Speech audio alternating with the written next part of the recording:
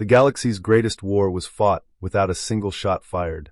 It began in simulation chambers, where strategies were crafted, wars waged, and civilizations determined their fates through logic and precision.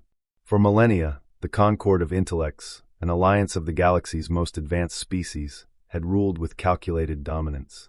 War to them was no longer a barbaric clash of forces but a game, a perfect contest of strategy, where every move followed the unbreakable laws of mathematics and probability.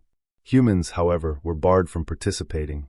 Their erratic behavior, emotional decision-making, and lack of respect for order made them unsuitable for such refined conflicts. Too chaotic, the Concord declared. Too dangerous. In the Outer Rim, far from the centers of power, the rebel factions knew they stood no chance against the Concord's flawless simulations. Their fleets were insignificant, their resources depleted. Yet, in their darkest hour, they found their hope in the most unlikely of places. A child named Alex, barely 10 years old, born on a forgotten colony world. Alex was a prodigy. By the age of 5, they had defeated every known AI in chess, a game long considered too simplistic for galactic tacticians. By 7, Alex could solve strategic puzzles that baffled even the most advanced algorithms. But it wasn't just brilliance, it was something more. Alex saw patterns where others saw chaos, understood moves that defied logic but led to victory.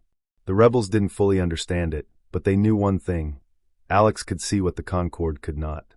The rebel leader, Commander Derek, smuggled Alex to the heart of the Resistance's command center, a hidden station orbiting a dead star. There, amidst flickering holograms and desperate commanders, Alex was introduced to the war room. The child stood silently, eyes scanning the galaxy-wide simulation displayed before them.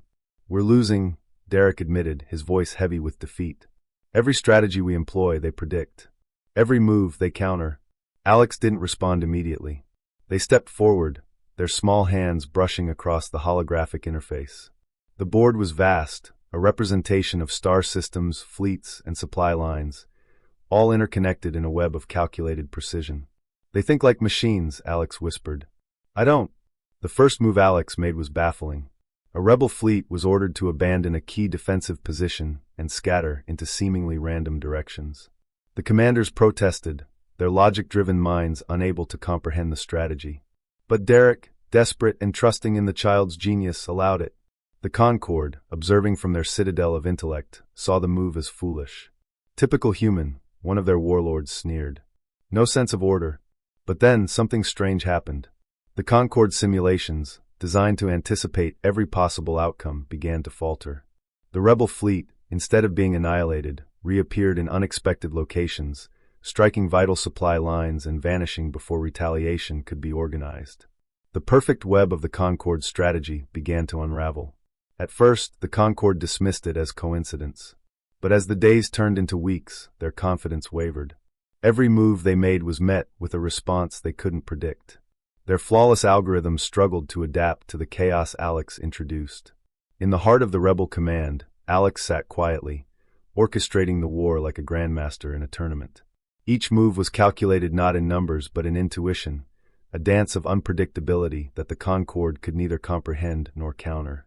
The turning point came at the Battle of Vornis Prime, a crucial system where the Concord had assembled their most formidable fleets. Alex studied the simulation for hours, silent and still. Finally, they made their move, a maneuver so audacious that even Derek questioned it. "You're sending our fleet into a trap," he said, concern evident in his voice. Alex looked up, their eyes calm. "It's only a trap if they see it coming."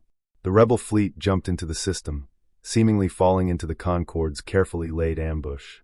But as the alien warlords prepared to strike the final blow, the simulation began to shift. Rebel ships appeared where no ships should be, exploiting blind spots the Concord hadn't accounted for. The trap collapsed, and the once invincible fleet of the Concord was shattered. News of the victory spread across the galaxy. For the first time, the Concord's dominance was challenged, not by superior numbers or advanced technology, but by a single human child who saw the game differently.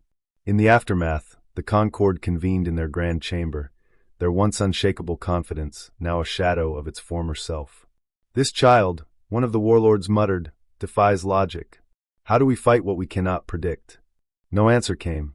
For all their intelligence, the Concord had never faced an opponent like Alex, a mind untethered by the constraints of logic, driven by intuition, emotion, and the unpredictable essence of humanity. Back on the rebel station, Alex sat alone, gazing at the stars beyond the viewport.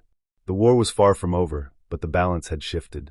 The galaxy, once ruled by cold precision, now trembled before the chaos of a human mind. And in the silence of the command center, Alex whispered to themselves. They thought it was a game. They never understood. It was never just a game.